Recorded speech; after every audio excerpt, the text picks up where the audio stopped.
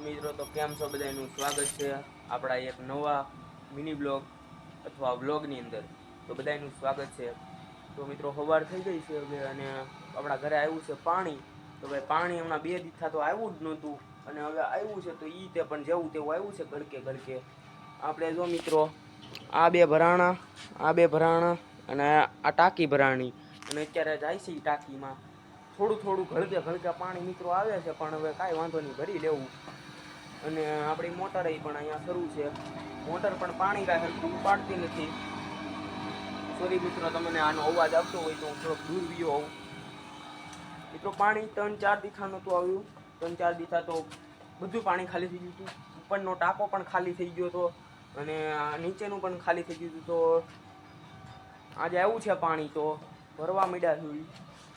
હવે આમાં જાય છે, આ ભરાઈ જાય એટલે આપણે સીધું ઉપર જવા દેવું. અને મિત્રો અમારી ઘરે છે પોપટ. તો ઓલી ખેરે મેં તમને નહોતો દેખાડ્યો. તો મિત્રો આ છે અમારો પોપટ. જોકે અમે પાળ્યો છે અને અમારી ઘરે જ રહે છે. જો મિત્રો આ છે. આનું થોડુંક પિંજરું થોડુંક છે, હવે આને ધોવું પડે. તો જ્યારે નવરા થાય અમારા બા તો ધોઈ નાખશે અને આ છે અમારું ઘર. અને આ મારો પહેલો ટૂંકમાં મોટો વ્લોગ કહી શકીએ. પહેલો વ્લોગ મોટો. અને અત્યારે આવ્યું છે પાણી તો ફટાકથી પહેલાં ભરી લઈશ પાણી. તો મિત્રો 2 વાગી ગયા છે બપોરના અને ભાઈ ગરમી હવે તો ફૂલ પડવા માંડી છે. ગરમી એટલી બધી છે કે શું કહેવું, તમારે આમ ખતરનાક ગરમી પડે છે. અને ભાઈ અમે તો બારણું ખોલી રાખવી એટલે બહારથી પણ પવન આવ્યા રાખે અને પંખાનો પણ પવન આપણને આવ્યા રાખે તો મજા આવ્યા રાખે ભાઈ.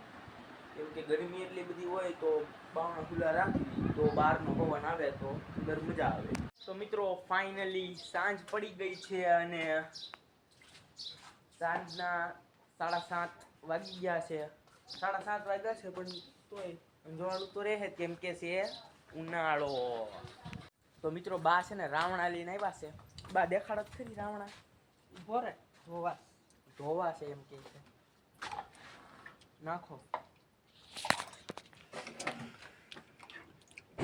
એટલાક છે. હવે કાંકરાવાળા બહુ છે કેમ કે મિત્રો ઉપરથી પડે એટલે કાંકરાવાળા થઈ જાય. પાકી બહુ ગયા છે.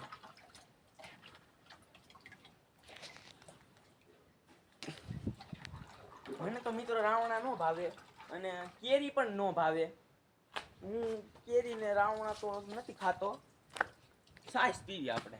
તો મિત્રો હાઈન થઈ ગઈ હતી ને ભાઈ નાઈ લીધું તું ખાઈ પીને. હવે આપણે પાણીની બોટલ અને ભાઈ મોબાઈલ લઈને હવે જઈએ આપણે ધાબે હુવા. કેમ કે ભાઈ ટાઢો પવન આવે એટલે હવે આપણે મજા આવ્યા રાખે. હવે જઈએ ચલો ધાબે. તો મિત્રો આ છે અમારું ધાબુ. ધાબુ જો કે તમને દેખાડ્યું તું. તો મિત્રો અહીંયા જ વ્લોગ એન્ડ કરવી. તો વ્લોગમાં નવા હોય તો ફોલો કરી લેજો અને સબસ્ક્રાઈબ કરી લેજો અને કમેન્ટ કરતા રહો અને લાઈક કરતા રહો. મળીએ મિત્રો કાલના વ્લોગમાં. ત્યાં સુધી જય શ્રી રામ.